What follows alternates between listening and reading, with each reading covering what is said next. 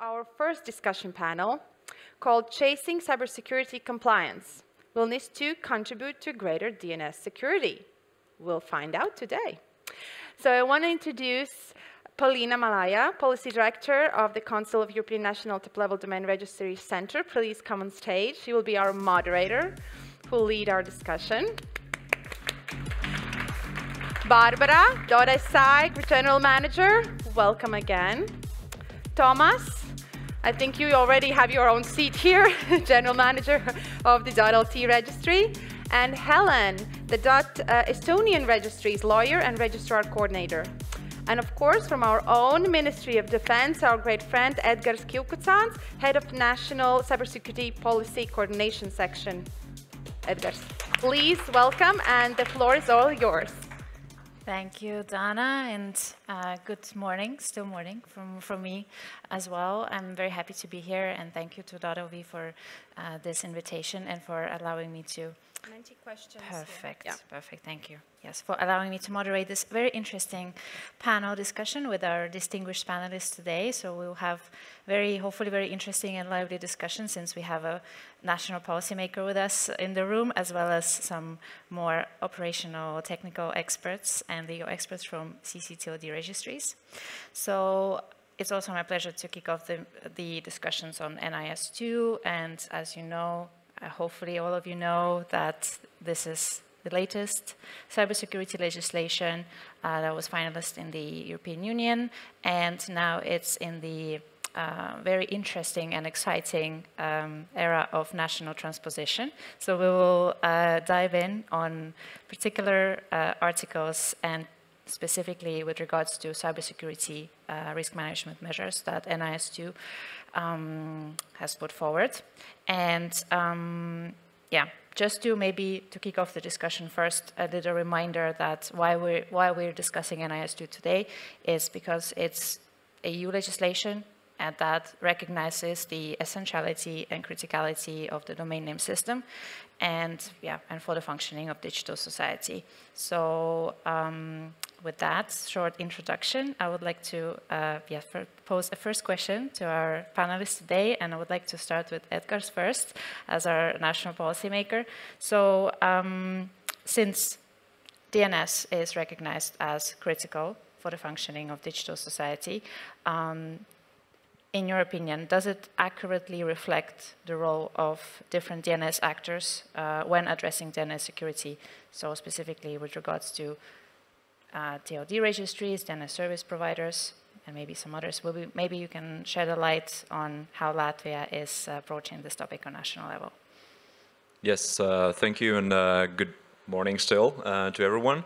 Well, yes, as Polina rightly said, I'm not a technical expert on this one. I'm more from the policy side, so NIS2 is what keeps me awake during the night now, as we are actually I would say in the middle of the process of transposing the NIS2 to the national legislation, and of course, yeah, the DNS actors are part of the NIS2, and we have also included specific articles in the national cybersecurity law, which is now, I hope, very close to be submitted to the government for approval. As it is in NIS2, so we have all three actors mentioned in our national cybersecurity law, so top-level domain name registries, DNS service providers, and the entities providing domain registration services. So how we look at it from the national perspective, we have identified all those three as critical entities. And in this way, I think our approach is stricter than the NIS2, because NIS2 only foresees that the top-level domain name registries and DNS service providers are critical. But for the let's say, for the sake of having the same procedures for the whole sector, let's call it that way, so we decided that everything is going to be critical. Of course, we will also still separately register the entities providing the domain registration services. But we will look at them purely as critical entities, all those three groups of actors. Very shortly also about the process, what we have foreseen as the compliance control of these entities. So basically, they all will have to identify themselves as critical entities, but we also have the right to identify a entity as critical or important if they haven't done so by themselves. So we, as the National Cybersecurity Center, we will have the right to do so. After that, our idea is that every entity under NIS2 will have to fill a questionnaire, a self-assessment about how they are fulfilling the obligations that are written in the national cybersecurity law and also in the further cabinet regulation on minimum security requirements. After that, our team at the National Cybersecurity Center will go through these questionnaires. They have the right to send legally binding instructions in order to ensure that all the requirements are fulfilled, if they haven't been so. And after that, of course, there come the fines as well, if they, of course, do not follow. We just don't want to fine anyone for no reason. So that's, in short, basically how we have foreseen the system in Latvia. I don't think that we want to say that this is the best system or the only right way to do it. Usually with these new directives you learn by doing it. So we will see how this works. Of course, a law is something that you can change always, but at least for now that's the way how we see it. Thanks. Thank you, Edgars, and yeah, very interesting approach in Latvia. And now I would like to turn to our subject matter experts from 3 different CC2D registries. So maybe I'll first start with Helen and also direct the same question to you, but more from the practical and operational side. So do you think, in your opinion, does NIS2 adequately reflect on the role of TOD registries and their criticality? Thank you, Polina, for having me here. Yes, I would a little bit describe how it's regulated now in Estonia. Well, like a few years ago, 2018, when NIS1 came into force, then Estonians, in our side, it's Ministry of Economics who regulate the Cybersecurity Act, and they regulated .de registry as an important service provider, not essential, and our top-level name server as well. So far it has been fine. We have our standards in place, and the new NIS2 will have a change and impact because we will be interpreted as an essential service provider. So this is one big difference to us, because in Estonia there will be like additional requirements and cybersecurity measures which we need to apply. And also, I'm not sure yet how they are going to implement with the DNS providers and domain name registration service providers, yes. But as far as NIS2, we'll regulate DNS providers, so this will be a change with our Cybersecurity Act as well. And yeah, so far, Economic of Ministry, we have had talks about it. They know our insight, how it's regulated today, but we don't know how they're going to regulate. But I'm quite sure they are not going to make that change, like putting everybody in the critical infrastructure system. Thank you. Thank you, Helen. Tomas, would you like to add something from the Lithuanian perspective? In Lithuania, we as TLD registry are defined as critical infrastructure already since 2016, I think. So there's not very big changes for us as for the registry, but yes, we already got some inquiries from digital infrastructure supervising ministry. It's in Lithuania. It's again Ministry of Economy and Innovation. So and we were asked about DNS service providers, about registrars. So I think they are looking into this future obligation of providing the list of all the registrars to NIS, I think so. And also, for my opinion, all this identification of providers is essential. Providers are all the domain services providers, all TLD registries. So it's even smaller registrar who has his own DNS servers and providing services to few clients, so he fall into essential service provider group. So, but we'll see how it will be exactly transposed into Lithuanian national cyber law. So, how it will affect them. Thank you, Tomas. And Barbara? Yeah, since NIS 1 and national cybersecurity law, our registry has been recognized as essential service provider. So our status will not change. We'll get new obligation, as we all knew with NIS 2. What is worrisome from our perspective is the much broader community that will fall under NIS 2. Talking about DNS providers and registrars, and as already Tomas mentioned, I think it will impact registrars horribly. I mean, we tried to raise the awareness, and they will also need, as you mentioned, they will need to self-identify.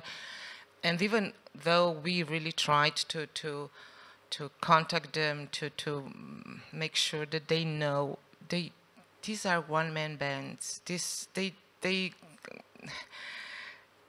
They are not able to participate, I mean, to fulfill all the requirements, and that means that the market will be deeply disturbed. So do we really want that only 5-6 big registrars are in our market and all the rest, well, they won't be able, they will be just resellers?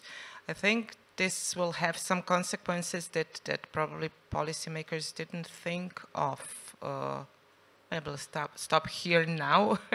I'm not criticizing the intent of the law. I think we need to work on a cybersecurity and build trust and so on.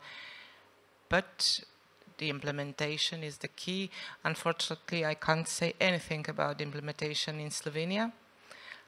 We tried to give some input to get in contact with our national legislator, but they kindly refused our participation. Thank you, Barbara. So now we heard from all of our panelists that are representing different EU member states of different approaches across across the EU in addressing even the critical sectors, as Edgar's also already gave a glimpse on the Latvian situation. And I would like to now maybe ask a bit of a more general question, since, well, we have the NIS2 directive. It's a directive. All member states are free to regulate or to follow the directive, but to regulate the nuances on the national level. But we're also talking about regulating DNS and regulating the internet, which is borderless and global. So in your opinion, my dear panelists, how important it is to keep that in mind and think of potentially maybe a more harmonized approach, or it's important to keep the diversity of even in DNS intact? And yeah, whether you have any pointers in this direction, considering that quite a few member states maybe have not moved so much in the implementation and maybe not as advanced as Latvia. But maybe, yeah, Barbara, you have the microphone first, so you go first. Yeah, well, CCTLDs, we always said that our richness is also our diversity, and I agree. You know, we all are working according to the national laws, but I think there is a point where we need to also take some compromises, and I think that at least to some extent harmonization and more or less unique approach would be very much appreciated. It's for the sake of registrars, you know, they serve different registries, and if they will need to fulfill the requirements of different articles in a different way for every registries, they will just decide which registries, CCs, they still serve.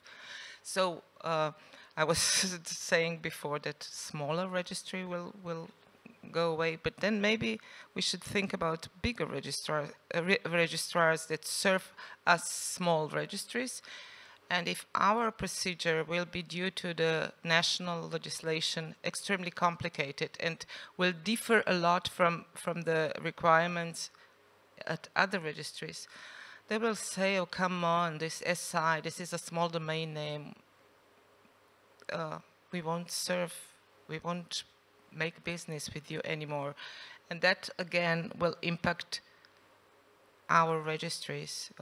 And I think that more harmonized procedures and implementation, well, I suppose that was partially the aim of the NIS2.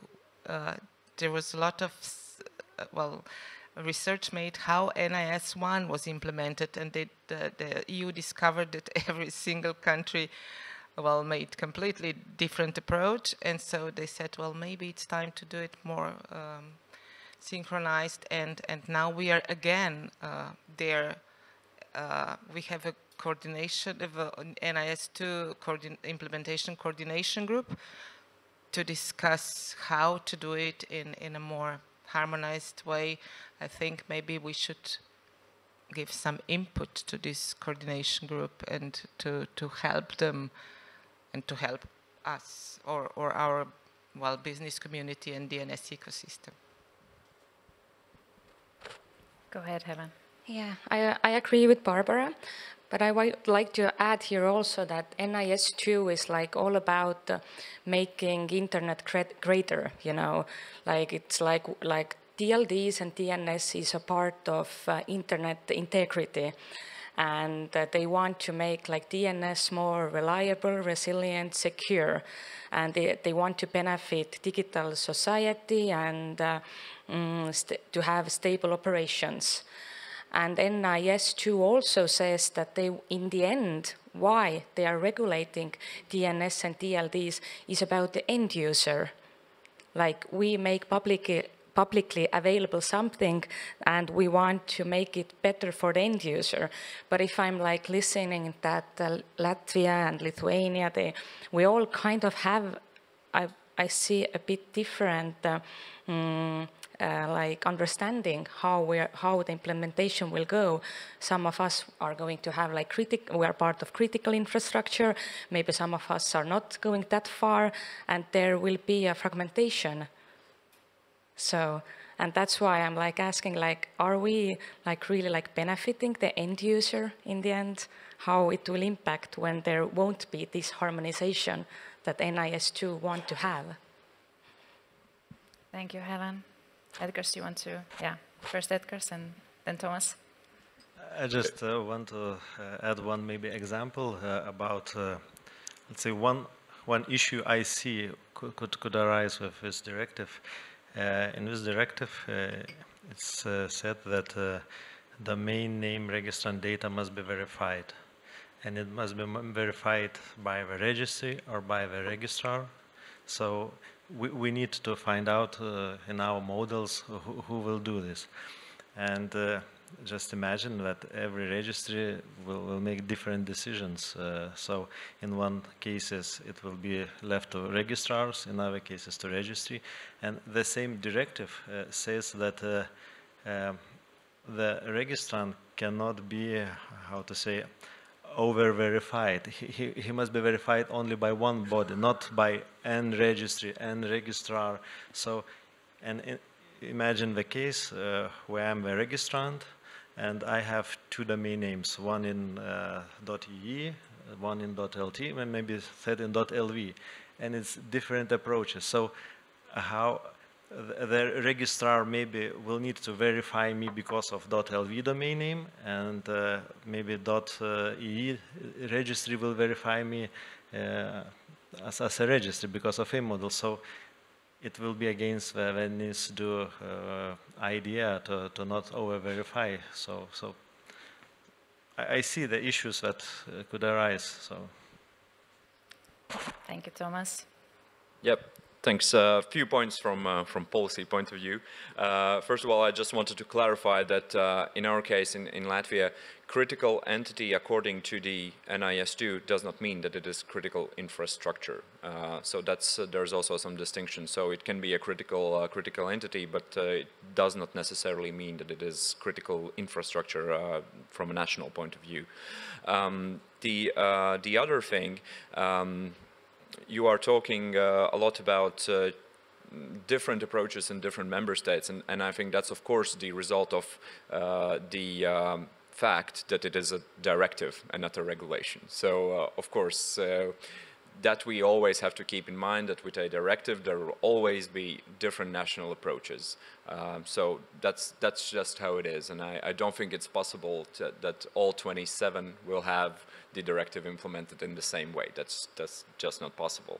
And the final point that I wanted to highlight, I think also in regards to NIS directive, but also laws, you can write whatever you want. I mean, many people think that when you write a law, then it's like a panacea, and everything is going to suddenly be wonderful and safe and secure, etc., etc. So I think that it's basically the change of thinking that we need to have. That everyone has to understand that basically it's my own task to take care of my own cybersecurity. It's not because the state wants to fine you. People keep laughing that we just want more money in the defense budget. Well, not the case. Definitely don't want to fine anyone. It's more about giving an incentive to change the thinking.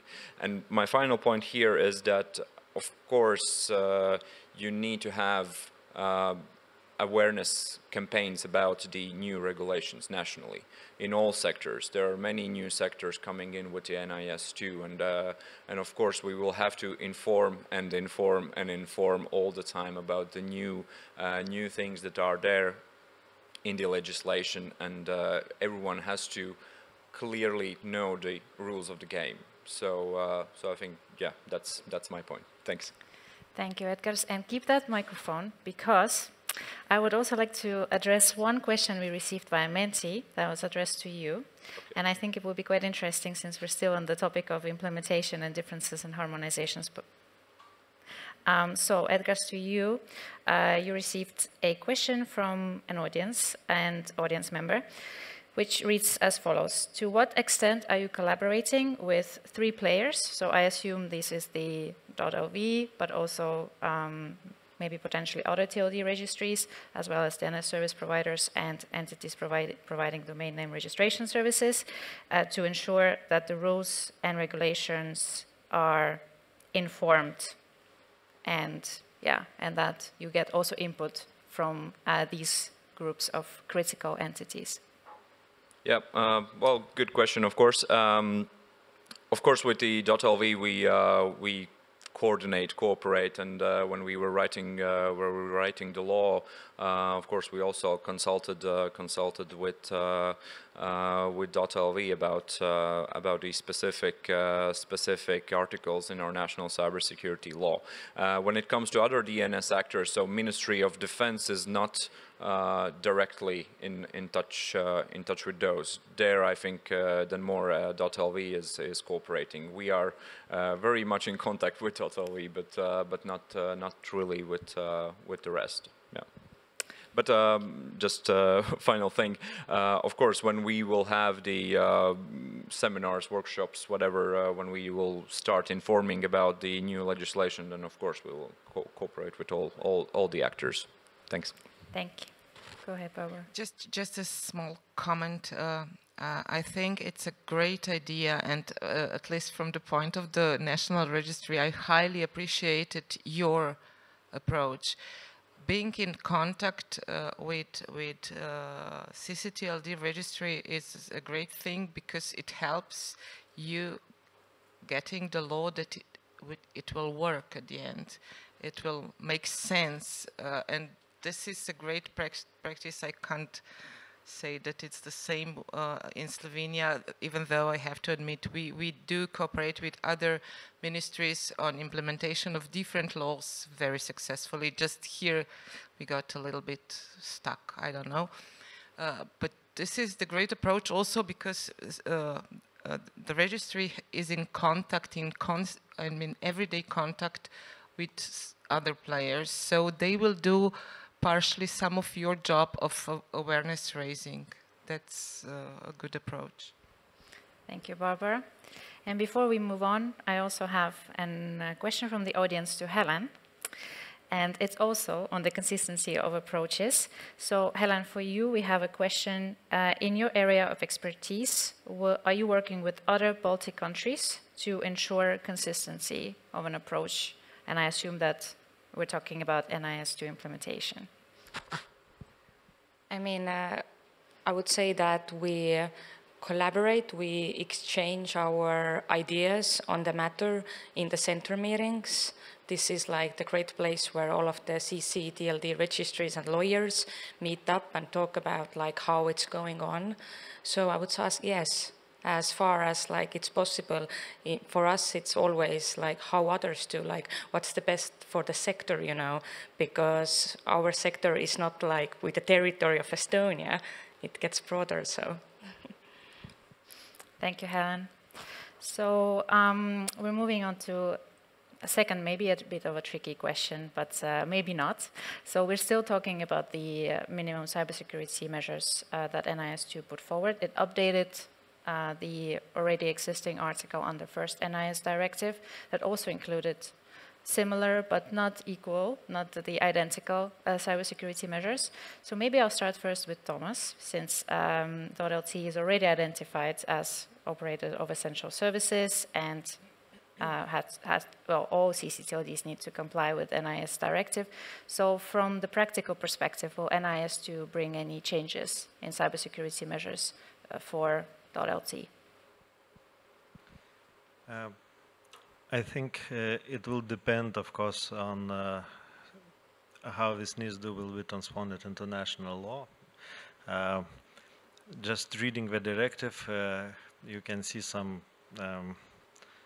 sharp edges, like providing information for the not only for the national bodies, but for the European bodies, and not even for police, but and not only for law enforcement, but even for CERTs. So it's I see the challenge to identifying the actual, let's say, CERTs.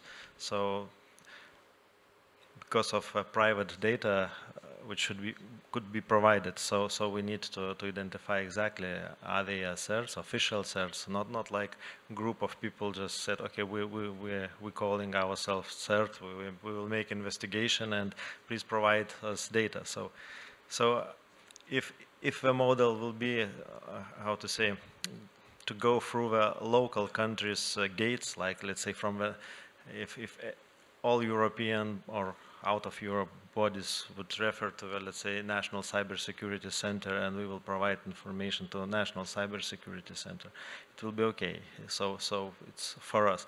Or the same with the law enforcement. If our national Lithuanian law enforcement agency will be the gates through where all the requests from other countries will come, it will be okay, because for them it's easier to identify each other as let's say, because we have maybe some networks of communication and so on and so on.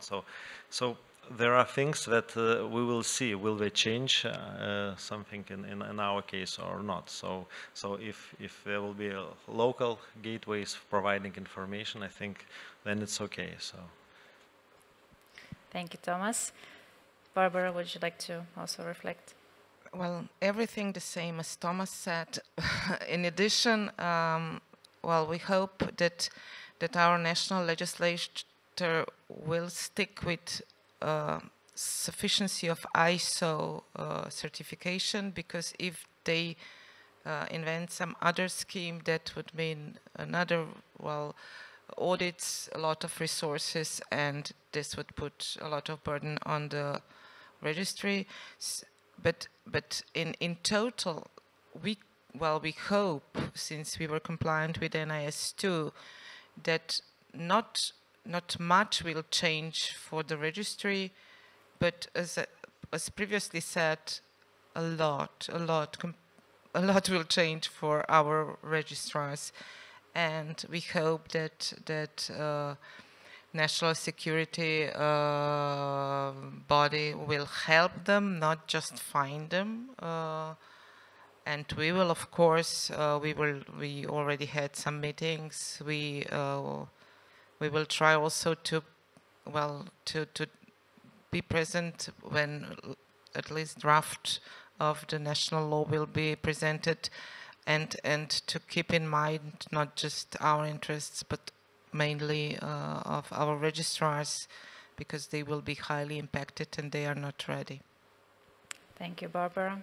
And my question now will be to Helen, considering that there will be quite a change in, potentially, a change in assessing CC2 registry from important to essential. So in Estonia, do you expect more changes to your existing cybersecurity practices in place as a result of NIS2? Well, I wouldn't say there will be like a big change because we're still like, everything is already like the minimum requirements that there are on place. But currently, as already Barbara said, for us, we will apply for the new ISO certificate as well. So there will be new standards on place, and with the NIS2 Article 21, there is also, it talks a lot about this significant incident within 24 hours. You have to collaborate with member states abroad with CERT, I remember. So those will be the protocols that we need to take into account how this will work in practice. Also, like there was like more about disaster recovery and supply chain.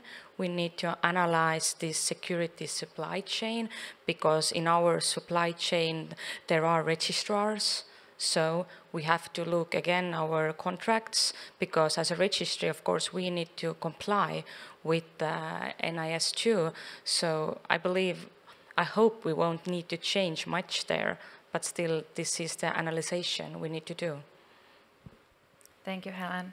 And to Edgars, I would like to maybe ask from the perspective of another important party, that is the competent authority and the supervision. So from your side, let's say from the policy side, do you expect any changes for competent authorities as a result of the NIS2 and more, maybe potentially more stringent cybersecurity risk management measures? No, definitely there will be a lot of changes on our side, because what we of course understood already during the discussions in the Council and the EU about NIS2, that the amount of additional work is actually really big. There's a lot what you need to do in terms of checking the compliance of all of the entities, and therefore also we decided that it is time to create the National Cybersecurity Center. So we will have a bigger department at the Ministry of Defense, also CERT.LV with reinforcements, personnel reinforcements. So definitely we, from the Ministry of Defense side, we have not done this checking of compliance so far.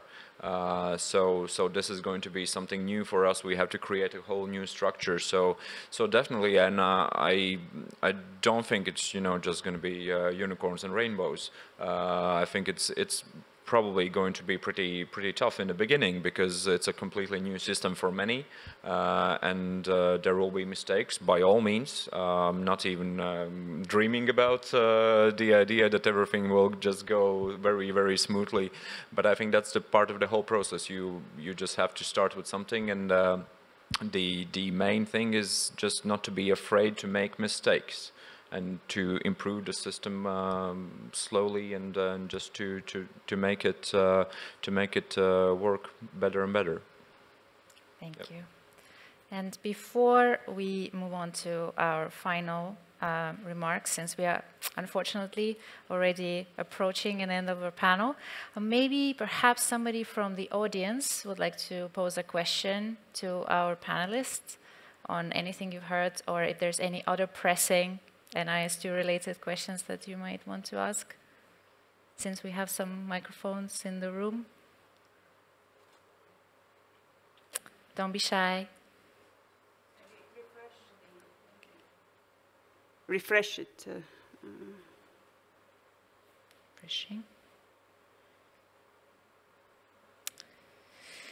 Okay, so nobody in the room, and I'm checking the Menti.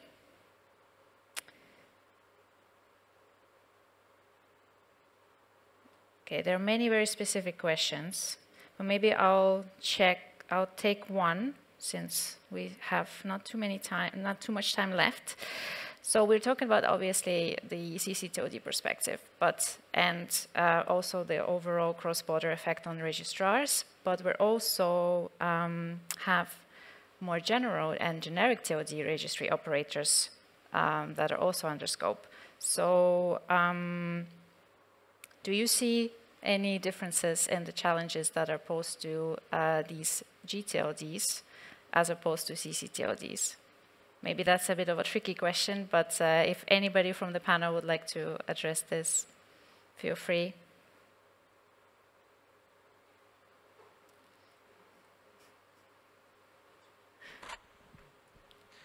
If I understood correctly, so what impact for GTLDs would be this NIS2 directive? If it go that way, it was with GDPR, so let's hope this NIS2 directive will move a whole world into a higher baseline of security of industries, of critical industries. So but who knows? Thank you, Tomas, for taking this tricky question also.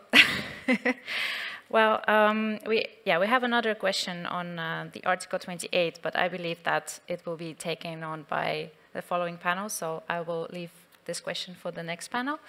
And since we have a few minutes left, I would like to ask maybe a very short last question before we wrap up. So in your opinion, will NIS2 contribute to greater DNS security? So who would like to start? I don't want to be negative. I think that, yeah, I said it so many times. We need to to rebuild trust. We need to work on this. Will NIS2 specifically bring something really that matters? I'm not quite sure. I think there are, well, maybe this is, as yesterday Patrick said, we need to work on every battle and work. Different small steps matter.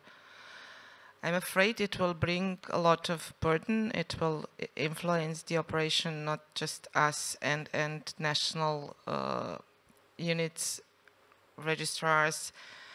I'm not quite sure it will really add so much as intended to the security, I'm afraid, because maybe some soft measures would do more, awareness raising, trying to teach people, because you can do whatever you want on a technical level, but you can't beat the stupidity or naivety. You know, it's you can't defend everyone from everyone. So it's a very difficult topic, and I know that policymakers can't do anything else. You know, it's your instrument, and you have to fight in your field. I think and we will always support this battle because it's also important for us. But well, you do that, but please talk to your colleagues. Let us be a part of this process, because we are on the same side. We are not fighting against our legislators. We are always on the same part, just that measures have to be somehow in the way that we can do it and that they make sense.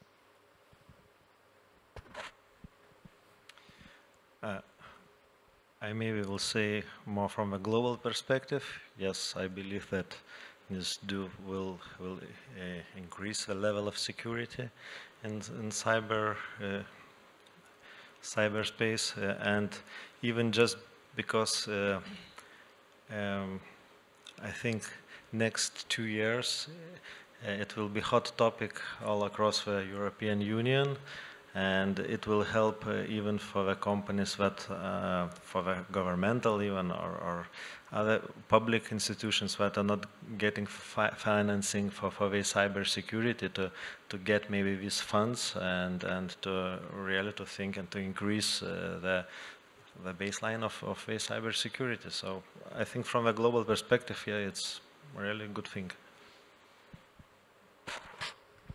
Yeah, maybe I just will add that NIS2 will not like directly target like DNS security, but it will like indirectly raise the awareness of cybersecurity, promote the incident reporting, the supply chain security, but it's just like one operational thing, but DNS is like technical infrastructure. So it's all about like a broader strategy to have more secure DNS, I believe. Yes, for the sake of saving time and taking into account that I'm coming from the policy-making ministry, so yes, absolutely, it will increase. Thank you. And well, with that, I think we're on time, and I would like to extend a big applause to all the panelists for